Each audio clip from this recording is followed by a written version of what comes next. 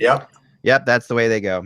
All right, so I have a little bit, I brought in my entire Pele Lindbergh picture in honor of the Flyers starting their 50th season at home in my Wayne Stevenson helmet back there. Nice. And I've got my helmet down here too, which I don't think I've ever shown you guys. Do you have anything from Bob Froese? I don't have the fire truck. No, remember the fire truck? Remember Bob Froese restored an incredible old fire truck? Actually, it's Reverend Bob Froese now, I believe. Is it Reverend? Really? I believe so. So this is my mask that I used when I played goalie. I'm not. Believe me, I'm not actually this old. I actually did not play in this era, but I use this mask still because I had it made. It's a replica of the Bernie Perron Pele Lindbergh mask, right? And this is my that was my hero. Obviously, when I was growing up was Bernie, and then I was a big Lindbergh fan, which is why I'm still number 31. So I have the number 31, and on the side here I have the E5. Yeah, there you go. That's my. Since Bob Froese is a reverend, does that mean he can say, "Praise the Lord" and pass the puck?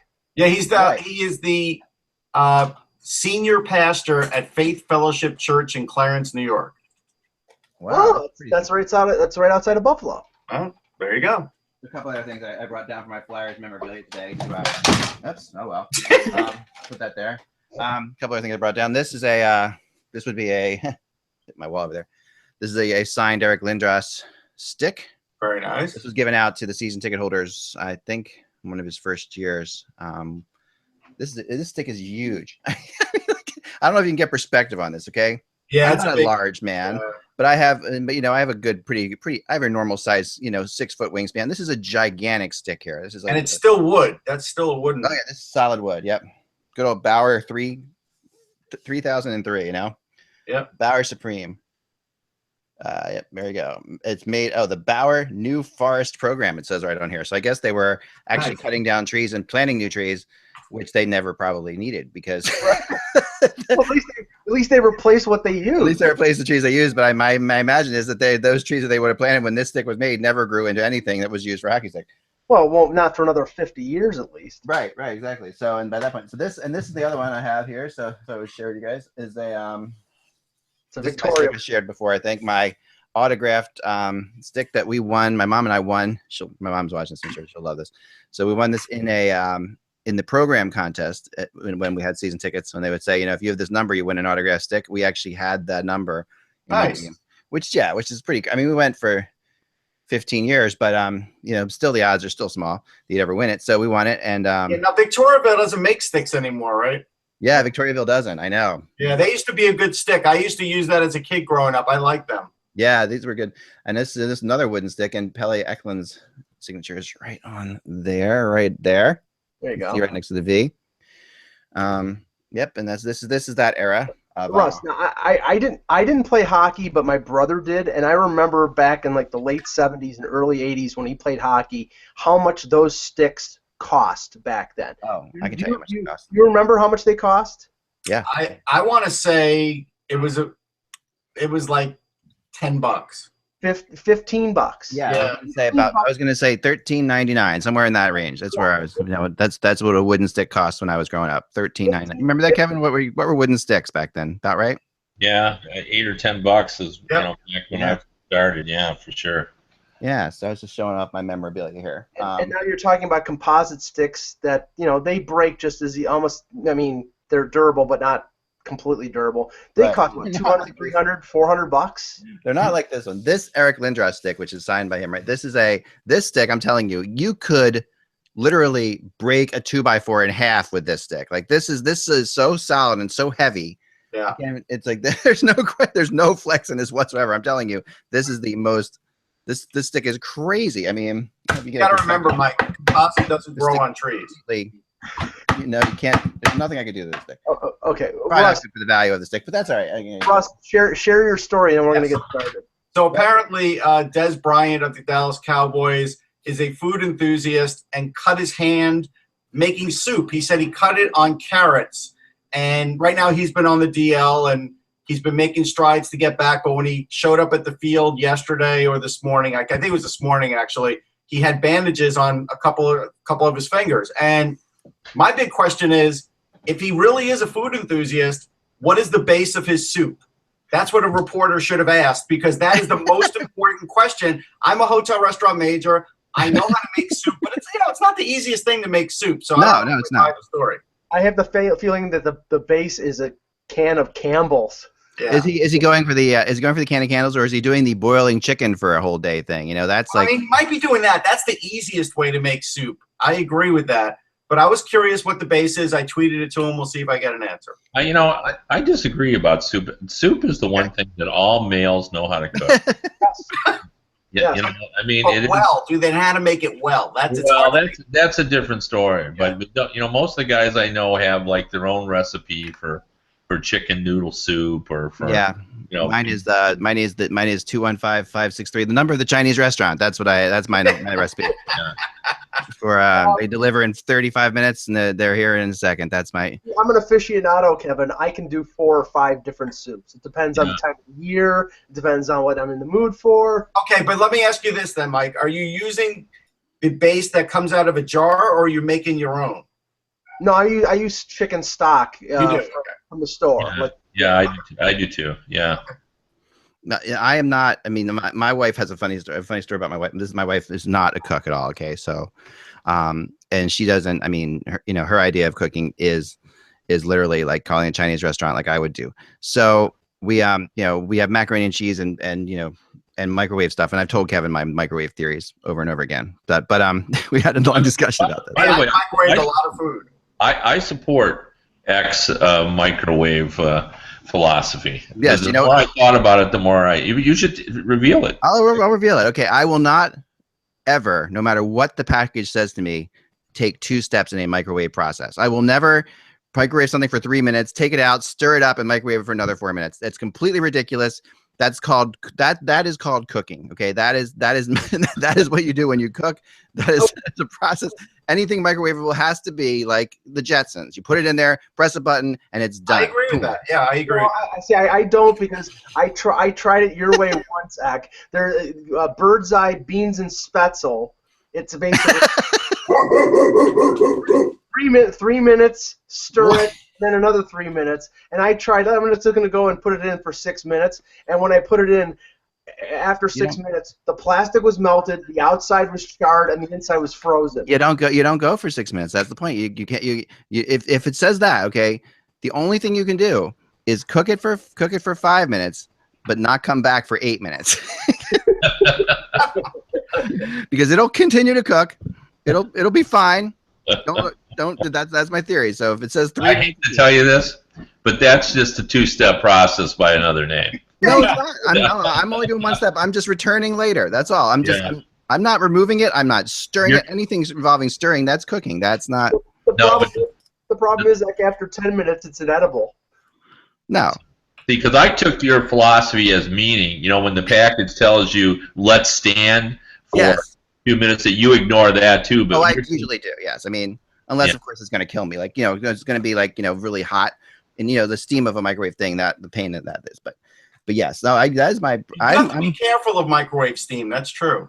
So my wife, okay, when she was in college at Cornell University, a fine institution in an Ivy League school in upstate New York, was once found by her roommate trying to cook tomato soup, okay, from a Campbell's tomato soup can, and saying, "I don't understand. Why is it not telling me how long to cook it on here? It just says put it in a bowl." Put it in a pot and cook it. Heads that over high heat, medium heat, low heat, 10 minutes, 5 minutes, 3 minutes. That's all it says in the Campbell's soup can. It's just heat and serve. And that just, my wife, who's a PhD, could not get past that. That makes me sad, because I got rejected from Cornell for hotel restaurant management and went to University of Houston, the #2 school. If they'd asked me that question, I would have known the answer. You should have gone there. You should have been a hotelie, as they call them, or whatever. Well, actually, we're having a reunion. I like this better, though. Them. Yeah, at some point. I'm going to be with a bunch of hoteliers tomorrow night. I'm going to New York for some business and having a meeting up with some of my wife's friends for a reunion tomorrow night. Oh, there you go. The Cornell hoteliers. I'll tell them that you should have been there. Yes. By the way, last thing before have you ever had a Necco, one of these things? You know what this is? Necco wafers are great. Yes. Okay, so I'm a product of I'm a product of advertising, and this just proves it. Now, I am a huge fan of the show How It's Made. You ever watch How It's Made? Yep. Okay, it's a phenomenal show. It's like, and what I love about How It's Made, it's always 3 products together. It's like instant cameras, spaghetti, and fur coats. Like it's that make no sense with each other. And we love this. And there's always a bad pun at the end of every how it's made, like, and that's the way you do it in Furryland or what. It's always something. So I was watching the other day, and I was watching how Neckos were made. And I had never had this before. So I mean, I think this is a New York thing. Is it really that hard? I mean, these things is amazing. I mean, how these are made, it's incredible. Really? I mean, yeah, okay.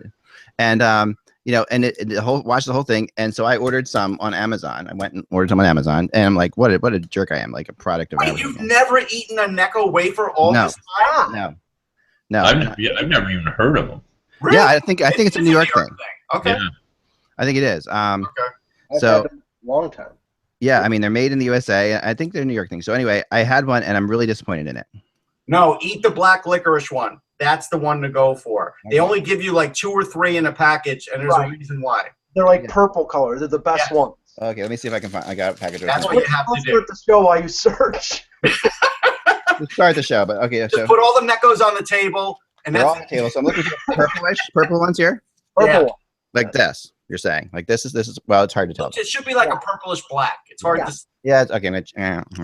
That's the one. It's horrible. All right, this is terrible. What is wrong with you? Sorry.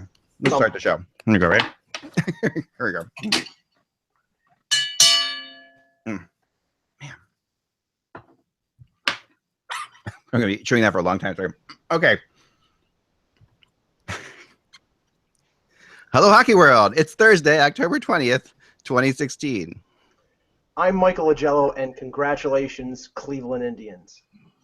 I'm Russ Cohen from Sportsology. Kevin Allen, USA Today Sports. And I'm Eklund, and you're watching the Hockeybuzzcast on HockeyBuzz.com. This is the podcast that comes through every Monday through Friday at this time to fill you in on the comings and goings in the hockey world. And it's brought to you by listeners like you at patreon.com/hockey. And we haven't done something for you guys in a while, but I have something really fun to talk about that I'm going to talk about later that we're going to do for you guys, especially the viewers, now that we know how to do private shows. So we won't be doing one tomorrow, but we'll be doing one next week, and we're going to do something else with all the supporters as well. I'm going to be calling them each individually and doing my own little call with them on Skype or Google Hangouts just to say thanks, because I really appreciate what you've been doing, and it's really cool.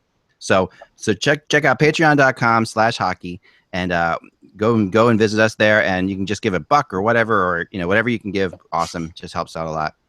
And I will bring the Neckos tonight. Might as well. I'll eat a package for you right here. I'm going to bring it with me to the hockey game. All right, so let's get down to it. And before we get to tonight, which is the Flyers, believe it or not, haven't played a home game yet this year, so they're opening their seasons. I think there might be the last team to open their season tonight. Seems like they are, yeah. I mean, it's a week, and 8 days after the rest of the season open. But before we get into that, I wanted to get into last night's game because, I mean, there were actually 2 really interesting games last night, despite the fact there were only 2 games. Both were good.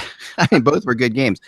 And the first one we should have to start with would be the Detroit Rangers game, which you were at, right, Russ? I wasn't at it. You weren't at this one? Okay. This was the Jimmy Howard show last night.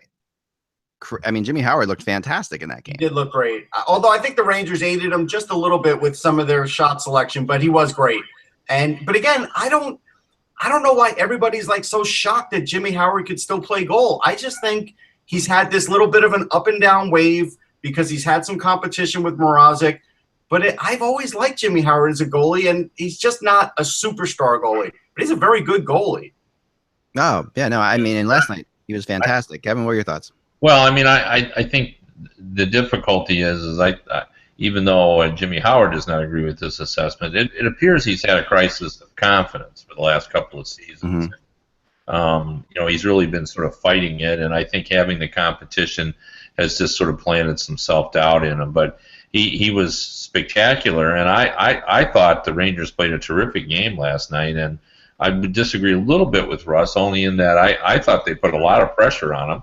And I just think that he just measured up. Like, there was no reason for the Red Wings to win that game other than Jimmy Howard. Like, if I'm the Rangers coach, I just go in and just raise my hands and say, guys, you played well enough to win, but we ran into a hot goalie, and if we play that well the next game, we're gonna win, because they really did. I mean, there was a couple of things, Kevin. It's minor. You're right, but like the 5-on-3, the Rangers were just awful on the 5-on-3. I agree with that. Yeah.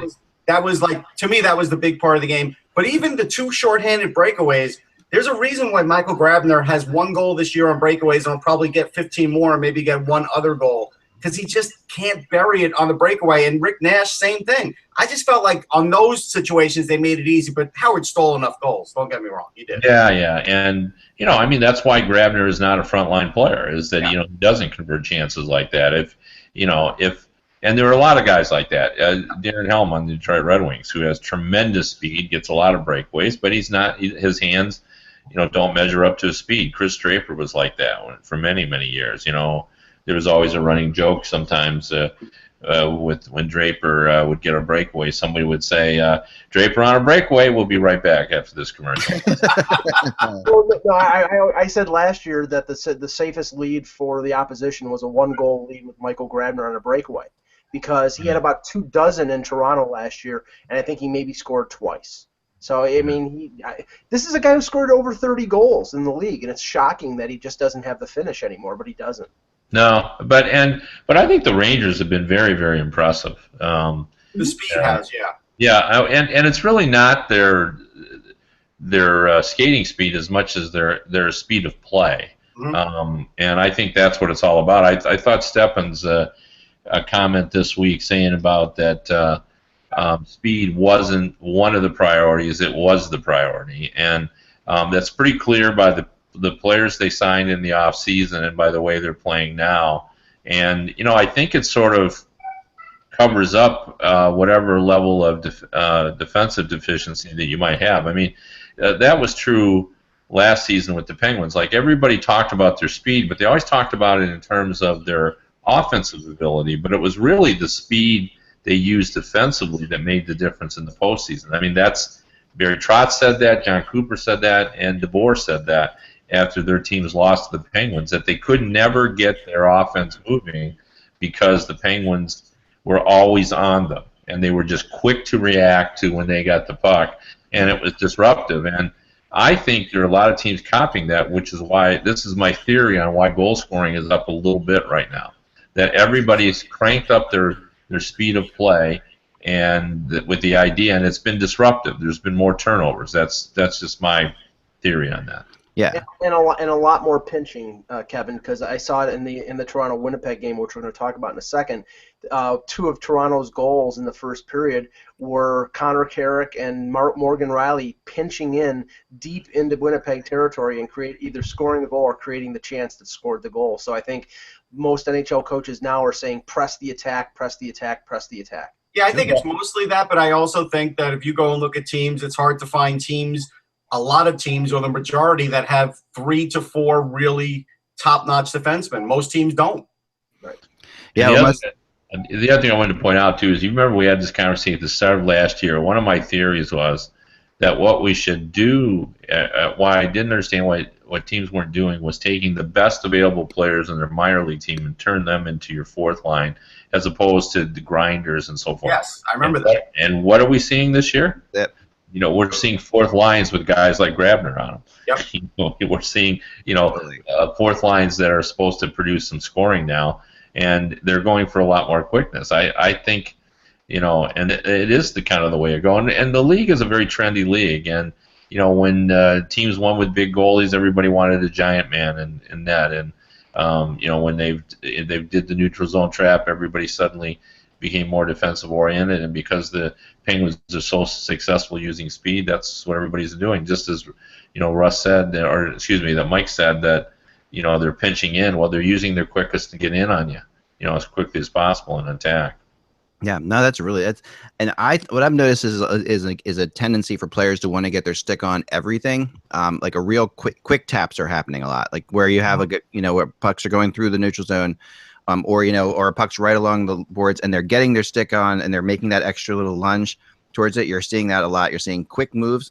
A lot of the speed of the game comes with the simplicity, making the game simpler in a lot of ways, right? Because guys are making the first pass they see all the time. Guys aren't looking off players. There's a lot of quickness that's happening that way, and I agree. I mean, I think that it makes for good hockey. I mean, these games are exciting. No one should be, sad that we're having more scoring, right? I don't think anybody's upset about it. scoring is up, and that's good. And I've checked out, the last few seasons, scoring is usually up in the first couple of weeks of the season. Yeah. That is something that we see a lot of, more energy coming out, I think. Also before coaches figure out how to take it away. Yeah, no, that's right. Oh, the other thing that's interesting too, just along those same lines, there's so much discussion in recent years about advanced statistics, and of course, puck possession measured on shot attempts, and everyone has brought up that Barry Trotz is the first guy, and I think actually McClellan, the general manager, did as well, that some guys are taking shots now from center ice because the theory being that their shot attempts, they just want them to go up so they look better in advance. That's what I would say that Barry was not the first coach. I remember Mike Babcock saying over a year ago, talking about the fact that he doesn't buy in to everything about advanced stats, because oftentimes when guys make a shot attempt, he thinks it was the wrong decision.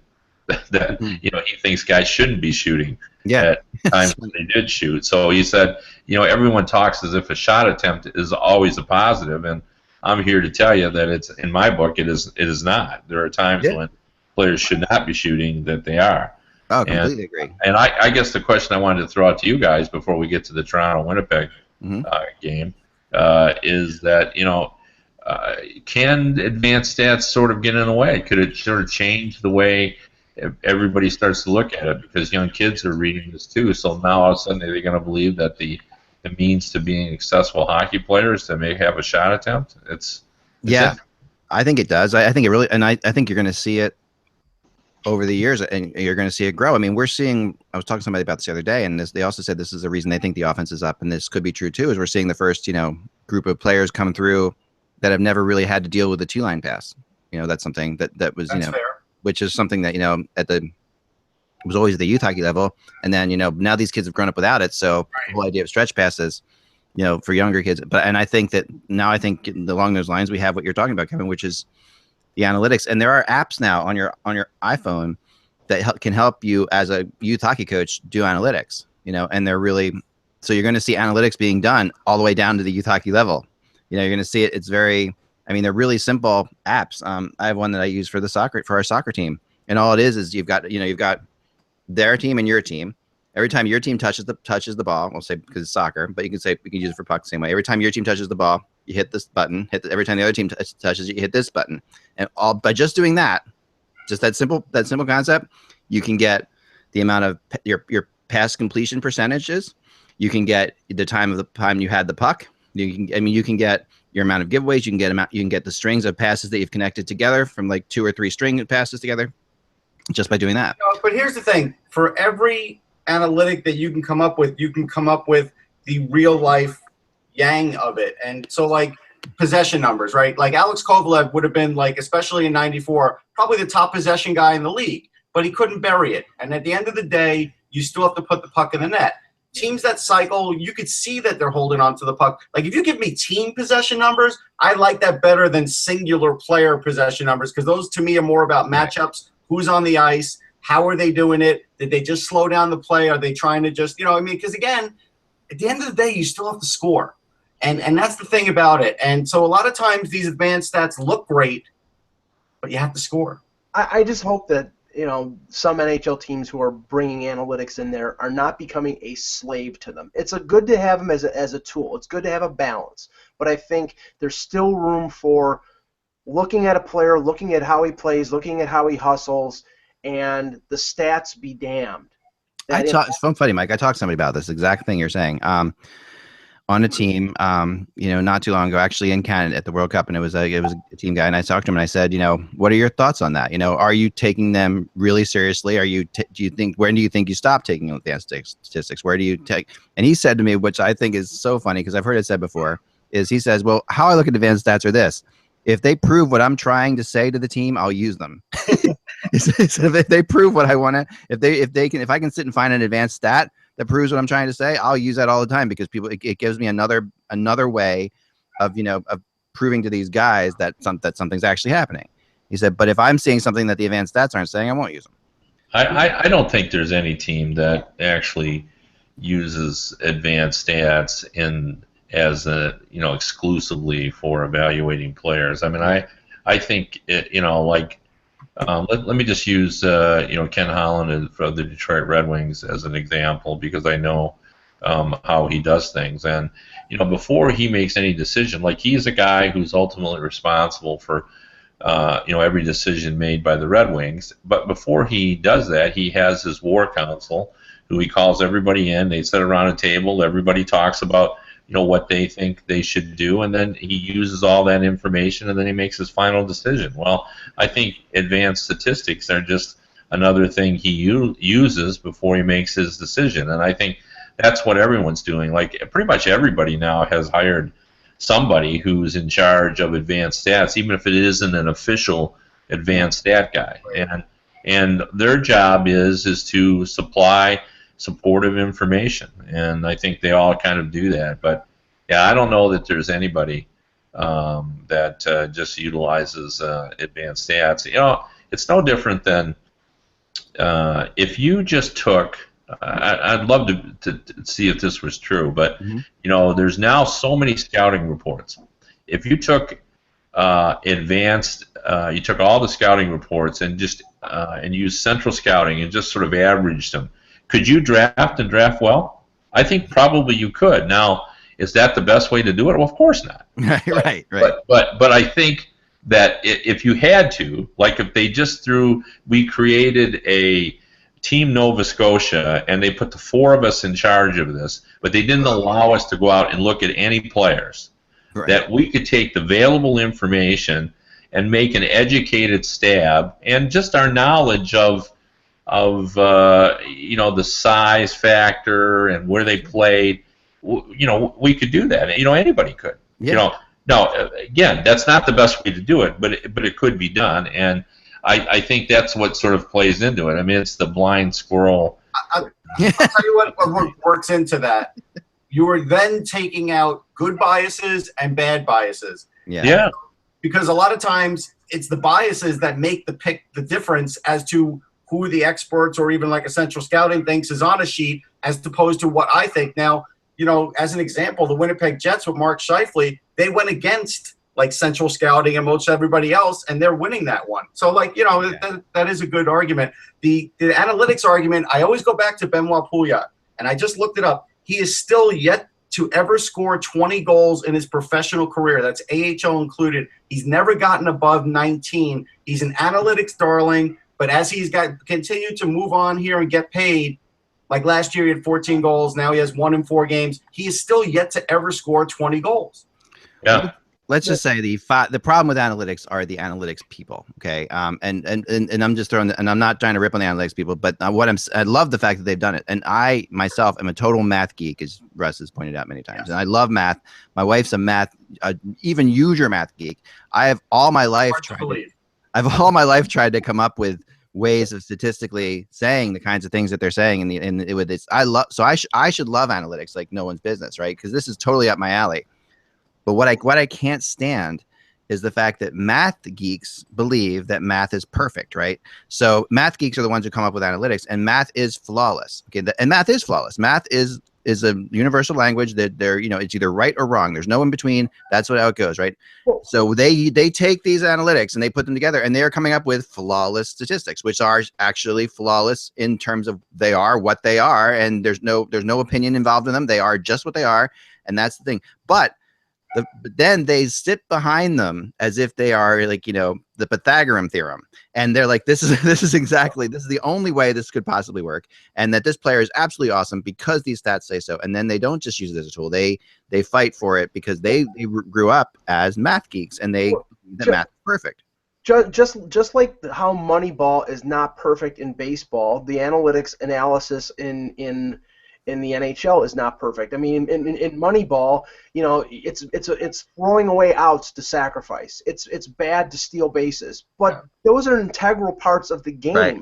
Sometimes you win games when you steal bases and when you sacrifice. The Canucks aren't winning games with math, that's for sure. Right, and anyone who's ever seen a team pulling their goalie and throwing pucks at the net with 30 seconds left can tell you that hockey is not a perfect science. I mean, this is that whether they tie a game or not does not come down to perfection. It comes down to who skated hit last on the way to the net and which way it went. I mean, there's so much randomness in this sport, which is the wonderful part of this sport.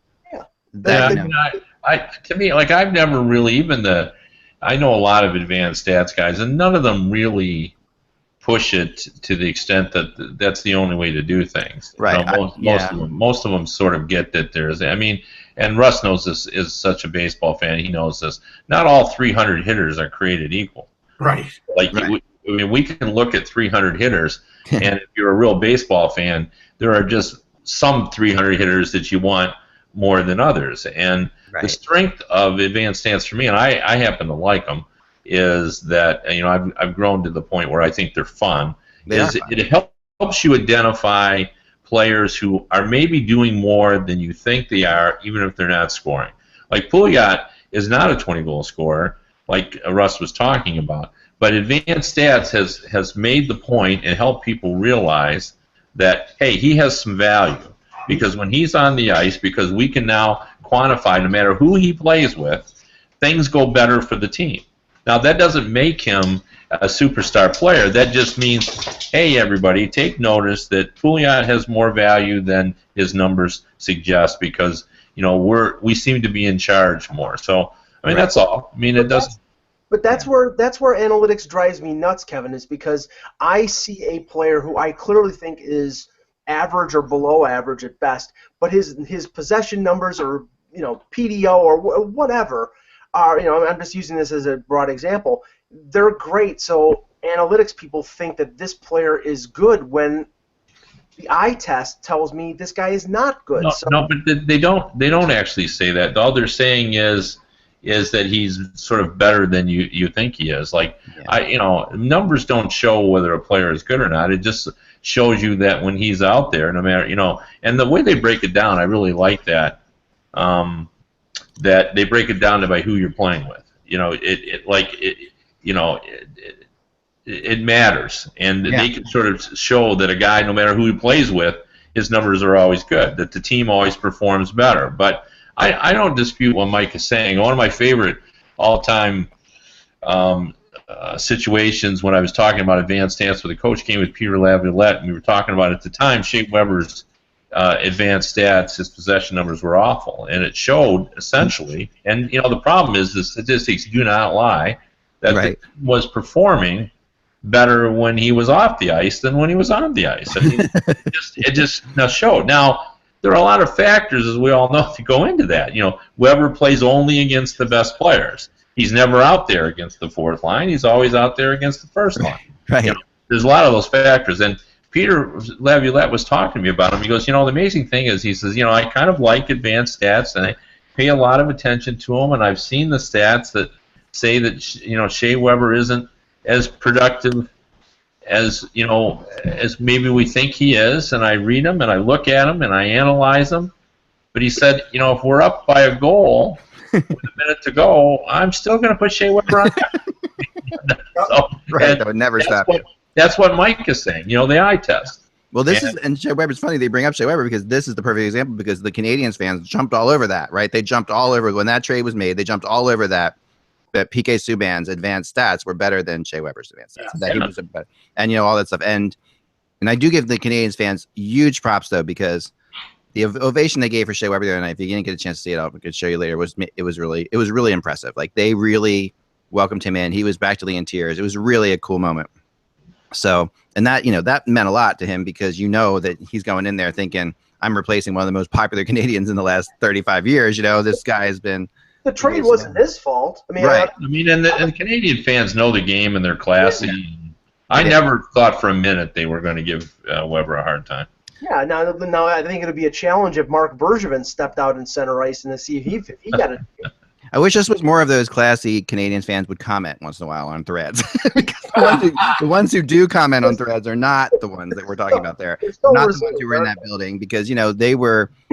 And sometimes it's, you know, it's not the advanced stats people themselves who are doing the advanced stats. It's the people who are kind of worshiping the advanced stats that think they're more perfect than they are. You know, and I think the advanced stats people themselves maybe get the fact of what I was saying before is crazy. But the people who actually follow them in depth really, really do call them perfect sometimes, and that we end up with these discussions. And I was saying the same thing that you were saying, Cal. I had this long thread, and I finally said to one guy, I'm like, listen, if you're Carey Price and you're holding a lead down with a minute to go, who do you want on your team? Shea Weber or PK Subban in that last minute. You want Shea Weber out there because he is going to be more solid defensively in that last minute to help you win that game. And I don't care what advanced said the same exact thing. I don't care what advanced stats mean. It's like that's just. But if you're down by a couple goals, maybe you want PK Subban out there. I don't know, but it's just. Anyway, let's move on to Toronto, Winnipeg, because advanced stats, that's a whole week show. Yeah. We could do a week on that one. Toronto, Winnipeg last night. This is again, Mike. Toronto. This was a tough one to swallow. Toronto gets out to a big lead. Well, that last night's game is the proof of why I think Toronto will struggle this year. I think that there's going to be high points. You have the core group or some of the core group in place with Matthews, Marner, Nylander. Nylander had a goal. Kadri had a couple goals. They played very well early in the game. Yeah. But they get up 4-0. They sit back. They allow Winnipeg to basically take control of the game. Yeah. Russ made the observation that Winnipeg was putting Tyler Myers and I think Scheifele at times against Austin Matthews to shut him down. And the Leafs do not have the ability to match up a defenseman against Patrick Laine or against a big-time forward. Their second pairing right now is Jake Gardiner and Connor Carrick. And Jake Gardiner, who's a veteran guy, got caught pinching on 2 of the Winnipeg goals when they're up 4-0. So they clearly are defensively challenged, which will come in time, them learning how to play with a. But in 3 games, they've blown leads twice. These goals that Winnipeg when they were coming back too were like firehouse goals. Like they were crazy. I mean, talk about running around in the zone in their own zone. I mean, the Leafs were all over the place. Who was covering who? They really. I mean, it was really crazy. You know what, Eck? I messaged Mike when about 2 minutes into the third period, and I also made the observation that the Leafs defense had no legs. They were dead. Yeah. They were tired of chasing around the Winnipeg guys, and you sort of knew that this was going to collapse, and it happened because they just couldn't maintain the speed, just like Kevin was talking about. They just didn't have a way of covering all these guys. Winnipeg has enough great forwards now that it just caused a matchup problem. It just took 2.5 to 3 periods to happen. That's all. Yeah, that's to me, Toronto's problem is, it's whatever that is, Occam's razor, where the simplest answer is always the obvious. Mm-hmm. And it's simply that, their collection of young forwards is terrific, and their collection of young defensemen is not. Right. Right. It is just going to take more time to develop the younger group. But, all you got to do is look at their fence, and you realize there's a long way to go. Well, I mean, if you look at the 6 defensemen they had last night, they had maybe 4 defensemen who are NHL guys, and 2 of them were probably bottom pairing guys. Connor Carrick, I think, can be an NHL defenseman because he's very mobile, but I think he's a bottom pairing guy. I think Zaitsev is an NHL guy. Jake Gardiner has been in the league for 4 or 5 years. He's never really improved dramatically. Morgan Riley is the only one who's a top pairing guy. The other guys, I think, are borderline NHLers at best. And we talked in his blog about Jacob Trouba and Toronto being connected to that. That's the type of guy that Toronto needs. They need to find a big right-hand shot, top 4 defenseman who can play 20-plus minutes. They need a couple of those guys. And until they get those guys, they're not making the playoffs. He is the perfect until Winnipeg changes its expectation, that deal isn't going to happen. I mean, they really do, and I've talked to a couple of general managers about this. The Jets are indeed looking for a left shot defenseman who's in the same caliber as Trouba. Well, if you're in the market to try to acquire a Trouba, either A, you don't have that kind of player, or you wouldn't give him up to get Trouba, because that doesn't help you. Right. I mean, we could make a list of maybe 7 of them in the NHL, of what they're looking for, right? I mean, 7 of those players. I mean, really, legitimately left-handed players like Trouba. I mean, that's hard to find. And the thing is, I brought up Brady Shea, but Bob McKenzie didn't even use Brady Shea as an example because he doesn't feel he's on his level. And I agree, today he's not on his level, but at least in a year he could be. And that's as close as I think you can get. Well, as Yeah. What part about of like a Travis Sanheim? I thought of him, but I mean, but that's again, what are you looking at? Like, isn't he a left-handed defenseman prospect? It's part of a I don't maybe think a he's a lefty. 2-for-1 deal. You're not going to give up somebody who's more established, who's at the end of his entry level deal for a guy like Sanheim, who I think. No, I agree. I mean, yeah, I agree, Mike. I mean, I do. I agree. But I was just trying to find anybody the other day. I was looking through the whole list, and there really, really was hard to, because the teams who have those players, like you said, Kevin, they're not looking for them. And then there's teams that have those players who have no cap space, and that's the other thing about Trouba that's a really big problem because Sanheim's a lefty. Okay. because he's not signed yet. Trouba's not signed, so and I know the Flyers like Trouba, but I think that. I know the Kings like Trouba too, but I don't see who the Kings have to move. But then, would you move Muzzin for Trouba? I mean, No, They wouldn't do it. what does that they do? wouldn't do it. Yeah, that's not.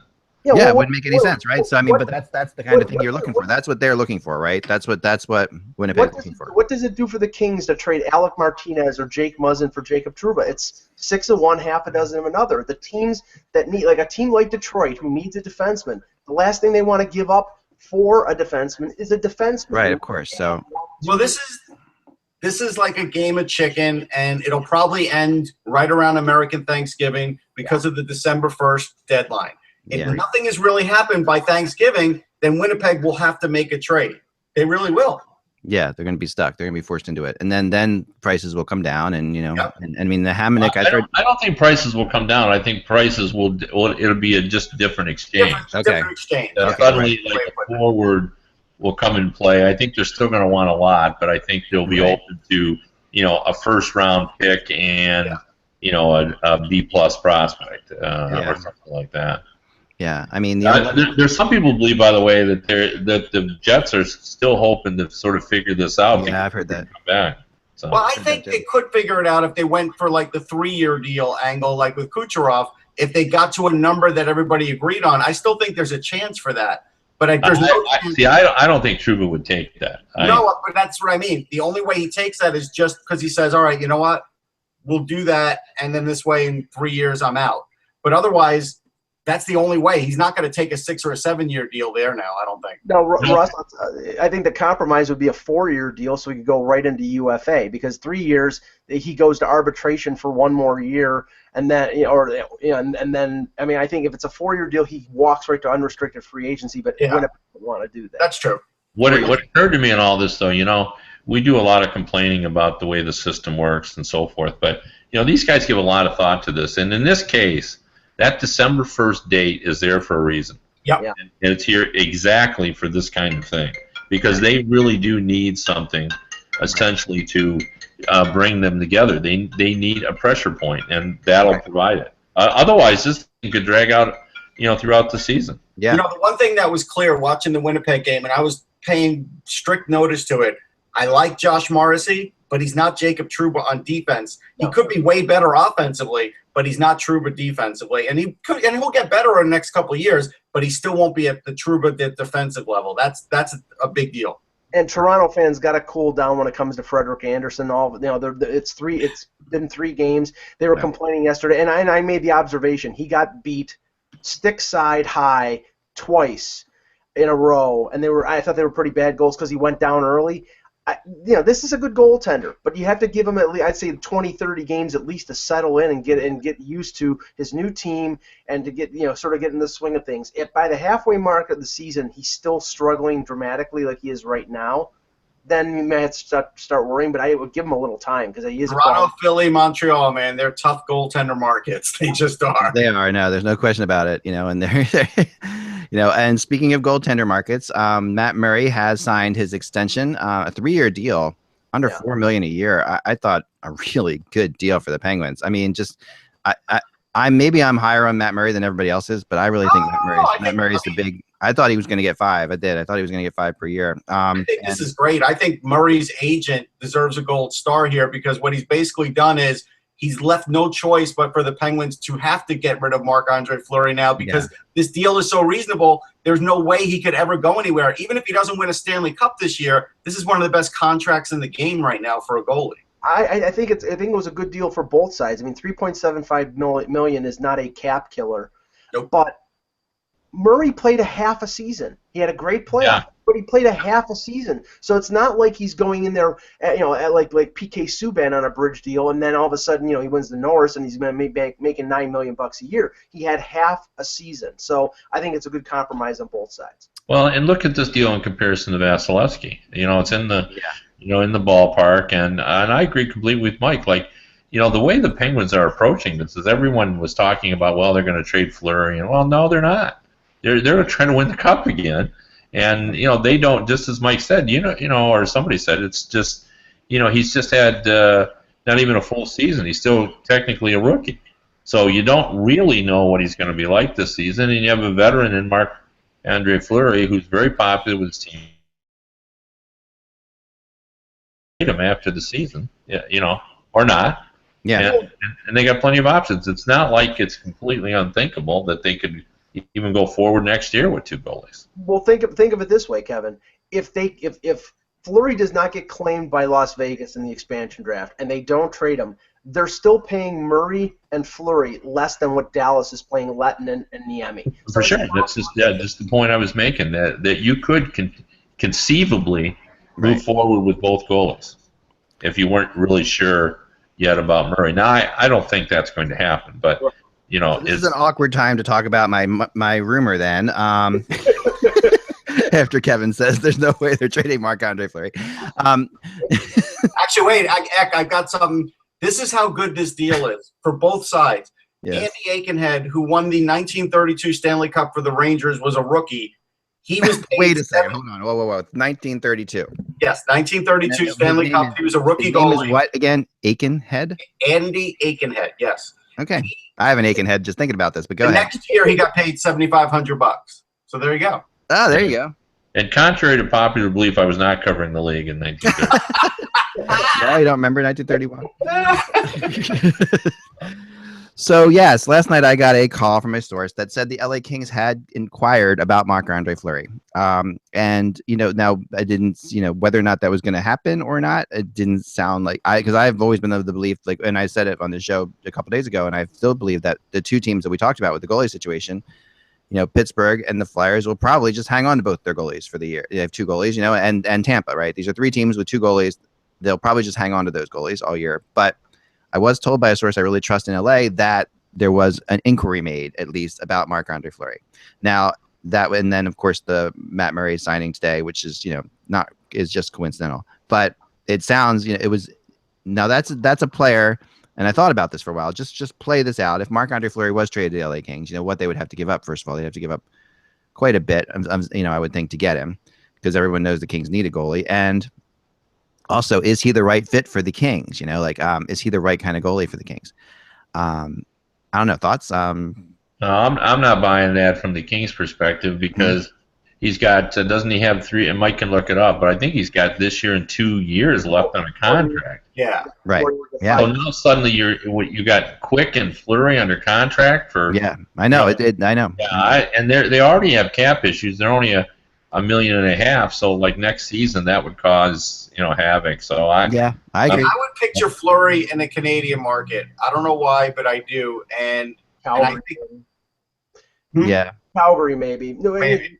It's 2 more years after this year at $5.75 million. So that would be the highest price tandem in the league. And definitely be the highest price tandem in the league. Yeah, for a team that's already is pushed to the limit by all the contracts, I just can't see that. I mean, the option that you put forth to me is a better situation. Getting a guy, like in Philadelphia, where both guys are going to be unrestricted. Yeah. Or the Islanders have some desirable goalies, and again, it's short term. Like the message is sort of crept out last, and I thought it was interesting. Instead of 4 months now, it's sort of 3 months. Yeah. So, Well, because you know why, Kev? Because it went from he didn't have surgery to he went and had a procedure, but that's basically like outpatient surgery. That's what it is. It is, but I thought the message they were trying to send out is stop panicking. It's like 3 months is it's better long time. than 3 months. It's Can still a they long afford to go without? Can they afford to win? Will they make the playoffs if they don't have Jonathan Quick for the next 2 months? I could throw that out there. Like that's 3 months. It's fair, but you can't. Nobody's going to totally disrupt their salary cap in order to do it. I agree that he's exploring goalies, but don't think he can take a goalie that has 3 years left at that kind of money. No, I agree, but Elliot Friedman talked about this last night on the broadcast about Andrus Pavlik from the Jets, and if you think about it, he's been sent down to the minors. His salary was a little under $4 million. They're getting a $950,000 discount for sending him to the AHL. So they got $3 million on the books. If they took a haircut on that deal, he's a UFA at the end of the year. It all depends on whether Dean Lombardi thinks that Pavlik can be a number one goaltender or at least a stopgap. And if he does, you probably could make a deal where you take part of that salary, and that would work out for both teams because clearly they've got a kid in Eric Comrie down in the AHL who I think they want to get playing time to, and they don't want Pavlik to be sitting on his butt. So that might be Pavlik a UFA after this year. The UFA after this year. Right, so he fits in that. That's really what they're looking makes for. sense because if anything else, Mark Bergevin and what happened last year with the Canadians could definitely happen to the Kings if you go and just get like the next goalie up and you don't get a guy with a real pedigree because otherwise the Kings are going to fall by the wayside. They do not have enough goaltending, and it's going to be the same deal that happened to the Canadians last year unless they get at least a solid guy who's been a starter in the league for a decent amount of time. And that's why I've got two names for you. Ready? Yep. Carrie Ramo and Carter Hutton. I think both Carter of Hutton's these been playing well. Carter has been playing very well. No, just kidding. But Carrie Ramo stopped. I like Carrie Ramo a lot. I still am a Carrie Ramo fan. I know he's playing in some godforsaken place right overseas, but he's Reto Berra with Florida. He's the number 3, and they only brought him in case Luongo was injured, and Luongo was 3rd star of the week last week. So I think that's. I've long been a fan of Berra, and he's never really gotten. Yeah, I think Mike. I'm with Mike on that. I'm buying what Mike's selling. Yep. That would make sense. It would make sense. Yeah, and Pavlik is a hard PR sell just because he's been, the people in LA certainly know the Jets struggles and Pavlik being part of them. So I don't know. They're I think in a tough spot. The Kings are in a tough spot, man. Yeah, they really are. Yeah. But the Jets' run to the playoffs 2 years ago was on the back of Pavlik. So it was. And he is going to be unrestricted. That's why you have to give it at least some thought. Yep. And I think we need to discuss the closing of General Fanager, which is like a and another wet one, right, Mike? Are there 2 of these that have closed now? Well, there were rumors a couple days ago that the other website out there, which is called Cap Friendly, whoever runs that was going to get gobbled up by an NHL team, but he went on Twitter and said that was not the case. But right now, General Fanager was a resource, just like Cap Geek was, that a lot of hockey media and a lot of hockey teams would use. And Tom Prohaska, I believe is how his name is pronounced, got hired by Las Vegas. So, at least there is another outlet out there, and I'm sure there will be other people who try to fill the gap, like we have with Cap. Well, there's one place that I can tell people to go to, and that would be we have Cap Central, Cap Central at Hockeybuzzcast.com, which is people don't realize that we have this. I think often it's set up just like those other sites are. It is updated regularly. Is run by a person who will never be hired by an NHL team, as far as I know, because that's Mike. Mike handles this, helps us with this. No, hey, you could call me Cap Cohen because I always wear a hat, and if a team's looking to hire me, hey, that'd be great. Yeah, no, so this is so if you guys are, Cap Central on hockeybuzz.com is an outlet for those of you who are going to miss NHL Fanager or any of these others, or Cap Geek. We try to do the best we can to keep it updated. It's a really good resource. They have definitely had a lot of cool little gimmicky toys on there that you could make your own things, which we don't have that, but we just have your just looking for the salary cap stuff. It's there, and it's solid, and it's got all the you can find out the salaries of all the crazy prospects and everything like that. So it really is.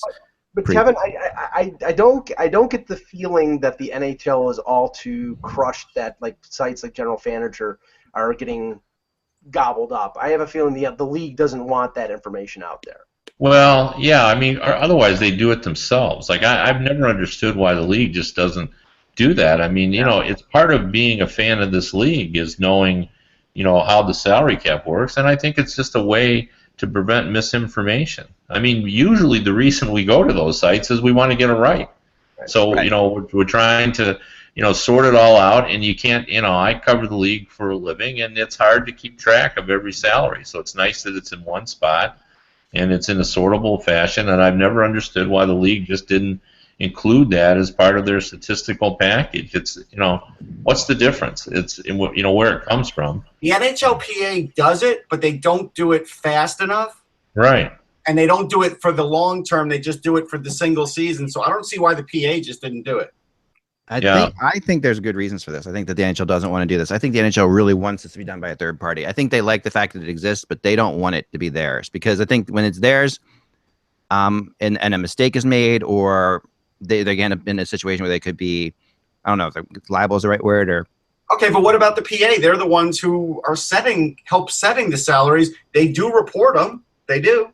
Yeah, it's in the PA's best interest that all salaries be out there and be accurate. Yeah, it is. No, and I don't think the NHL will allow the NHLPA to do it any more than they're doing. I think the NHL has a cap on what the NHLPA can do with it, probably, and that's why you're seeing. I agree. The NHLPA would love this. There's no question that the NHLPA helps out these sites that they're doing this. I mean, they want that information out there, and there is an NHLPA site for NHL PA members or agents that looks a lot like those sites, right? So that exists. So, but teams have started to loosen up. I mean, there have been teams out there that would never have dared release contract information anywhere, who have started to release it in the press releases of contracts being signed. Yeah, so that's because these things exist and they know they're getting out there, right? So, but I agree, and there are still teams that don't. I mean, there are still teams that won't talk about it. Rangers don't. I don't think the Flyers ever have. I don't think the Flyers ever don't. Yeah. Islanders don't. Yeah, so that still exists too, but it is definitely check out Cap Central. And I forget I bought a web domain a while back. I can't remember what it was. Darn, I was trying to remember what it was that actually went right to Cap Central. That was pretty cool, but I'll remember it for next show. I don't know why. Just like this, I own too many domains too. I do. I have a lot of crazy ones. What's the craziest web domain you own, Russ? I don't own a crazy one. I own one that I opened once and then it's closed, and maybe I'll use it again, called Sports Around the Globe. I kind of like that one, but cool. I haven't fully utilized it. I had this thought, like someday I'll be like the ABC guy. I forget his name right off the bat. Who used to do like every sport. Like I forget who. Yeah. When I was a kid, and so like maybe I'll do that someday. I've kind of done that on Sportsology. Yeah, a little bit, but not to that degree. Like where you're even doing like cliff diving or whatever. Yeah, that would be cool. There needs to be a really good, as the more my daughter gets involved in high school sports, there really needs to be a really good high school. There's a big demand out there for high school. That was the guy, like Jim McKay. Yeah, Jim McKay. I mean, I don't know, Kevin, have you ever thought that there really somebody should do a really good high school one? Yeah, actually, when I was in college, pre-internet, I thought that there was a calling for a state sort of, a high school, like cover everything in the state. Really well, and the same would be true for a website. In Michigan, we have that a little bit with the M Live, where they cover all the high schools throughout the state.